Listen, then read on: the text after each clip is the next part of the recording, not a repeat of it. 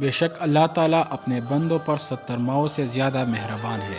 حضرت عمر رضی اللہ تعالیٰ عنہ کے دور خلافت میں مدینہ میں ایک گانا گانے والا شخص رہتا تھا جو گانا گایا کرتا تھا۔ جب اس کی عمر 80 سال ہو گئی تو اس کی آواز نے اس کا ساتھ چھوڑ دیا۔ آپ کوئی اس کا گانا نہیں سنتا تھا۔ گھر میں فقر و فاقے نے ڈیرے ڈال لیے، ایک ایک کر کے گھر کا سارا سامان بک گیا۔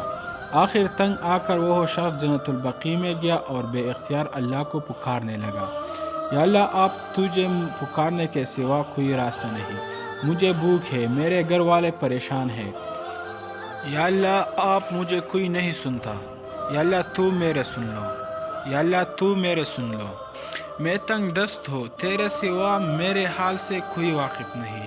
حضرت عمر مسجد میں سو رہے تھے کہ خواب میں آواز آئی، اے عمر اٹھو، میرا ایک بندہ مجھے بقیع میں پکار رہا ہے، اس کی مدد کو پہنچو۔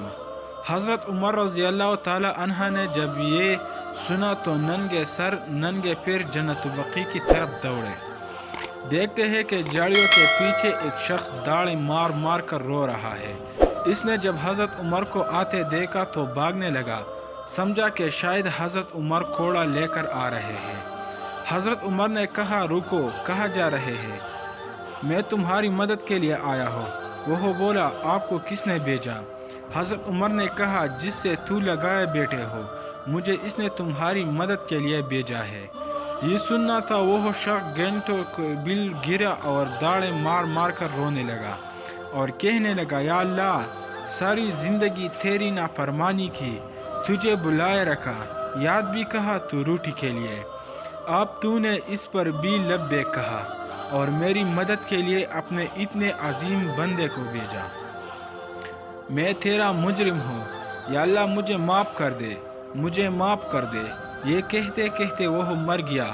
حضرت عمر رضی اللہ تعالی عنہ نے اس کی نماز جنازہ پڑھائی اور اس کے گھر والوں کے لیے بیت المال سے وظیفہ مقرر فرمایا۔ بے شک اللہ تعالیٰ بڑا غفور الرحیم ہے۔